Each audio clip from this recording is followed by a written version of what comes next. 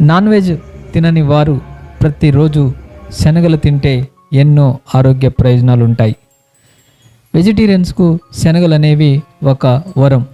శనగల్లో పీచు, ఫైబర్ పుష్కలం.